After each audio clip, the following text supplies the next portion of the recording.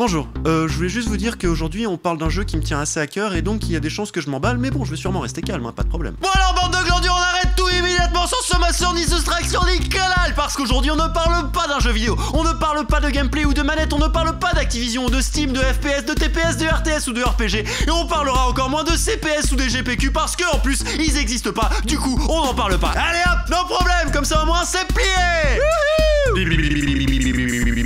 Non, aujourd'hui on parle d'art, je pense. Et là, je vous rassure tout de suite, vous ne vous êtes pas gouré de vidéos et on n'est pas en train de se la jouer Usul Master, la culture geek a pris honnête. Vous êtes bien en train de mater Bamindé et je suis bien le TP84. Mais aujourd'hui, je vous parle d'un jeu profondément beau. Un jeu qui m'a profondément marqué. Comme s'il avait comblé un vide de dedans moi, alors même que je m'étais même pas rendu compte qu'il y avait un manque qui grandissait de dedans moi. Mais trêve de creux bavardage. Aujourd'hui, nous allons parler de Primordia, développé par Wormwood Studio et édité, je vous le donne en mille, par Wagetai Games, et oui, encore eux. Alors là, je commence à distinguer un schéma, une ligne directrice. Ces gars-là, ils font du point and click, non? Et si vous ne savez pas ce que c'est que le point and click, vous pouvez mater ou remater mon test de résonance. C'est possible, c'est autorisé, vous avez le droit. Vas-y, clique, putain! Du même éditeur et dans lequel je fais mon historien du jeu vidéo. Que dire de plus sur ce soft si ce n'est qu'il a le bon goût d'être un simple point and click, système de jeu qui laisse toute la place à l'intrigue de se dévoiler au fur et à mesure de l'aventure, avec la précision et la majesté des meilleures œuvres que nous ait jamais offert la science-fiction. Et je m'y connais un peu en SF, pas beaucoup, mais un peu. On pourra aussi saluer tout l'habillage sonore, qui n'est pas loin d'être le meilleur travail de sound design qu'il m'ait jamais été donné d'entendre dans un jeu vidéo. En effet, au jeu d'acteur fabuleux vient s'allier un effet spécial particulier pour les voix de chaque personnage, donnant à chaque robot une voix synthétisée unique et donc un caractère encore plus marqué. En termes de difficulté, les énigmes qui vous sont proposées se tiennent toujours et sont cohérentes avec le monde dans lequel vous évoluez, et l'on bloque juste ce qu'il faut pour que ce ne soit ni trop facile, ni trop frustrant. L'ultime défaut de ce jeu, c'est en effet qu'il n'y en ait pas assez de jeux. On a trop peu d'environnement, et malgré les efforts faits par les développeurs pour rendre le monde vivant, on sent bien la frustration d'une petite équipe qui aurait voulu nous offrir un monde immense mais qui s'est vu malheureusement cantonné à ce qu'il était humainement possible de faire. Comme le riz cantonné. Mais c'est là le prix à payer pour un studio indépendant. Et ne boudons pas notre plaisir car la poésie et la majesté de ce soft ne sont d'après moi que très rarement égalées et encore moins par les sorties des gros studios actuels. Et de toute façon, il sortira jamais The Last Guardian, donc autant passer à autre chose, non? Alors Primordia,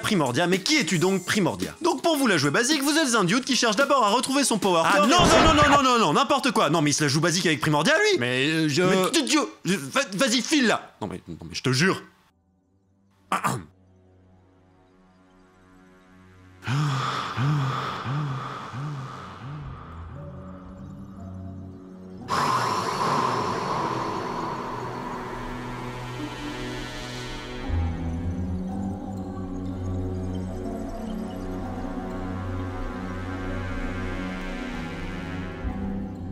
Dans un futur lointain, l'homme a disparu de la surface de la Terre.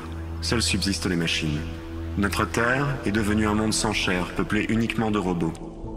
Désormais, ce sont les différents programmes complexes d'intelligence artificielle qui fondent la personnalité de chacun, et la pérennité de ce que l'on ne peut plus appeler l'espèce n'est plus assurée par les systèmes de reproduction humains, mais par le fait de construire et de programmer d'autres robots. La civilisation que nous avons laissée derrière nous avance ainsi et se perpétue sans nous, comme oubliée ou abandonnée. C'est dans cette ambiance de douce apocalypse que nous incarnerons notre héros, Horatio Nullbuilt, version 5, ainsi que son petit compagnon volant, Crispin Horatio Built, version 1. Ils vivent tous deux dans le désert, loin de la grande métropole, loin de ses 1000 lumières et de ses promesses d'énergie pour tous, promesses qui semblent aussi éloignées de la réalité que l'unique, le vaisseau épave d'Horatio, ne l'est de cette grande cité. C'est là qu'Horatio répare inlassablement les systèmes de son vieux rafio brisé, et c'est là aussi qu'il révère son dieu, l'homme. Une machine mythique et parfaite, censée avoir existé il y a des milliers d'années, et à laquelle on attribue la construction des robots originels. Ainsi se déploie le quotidien pour eux, Horatio s'haltant chaque jour à son impossible tâche, et Crispin tendant l'oreille aux appels radiophoniques de cette immense fourmilière de métal qu'est Métropole, rêvant d'une vie pleine d'excitation et de mystère.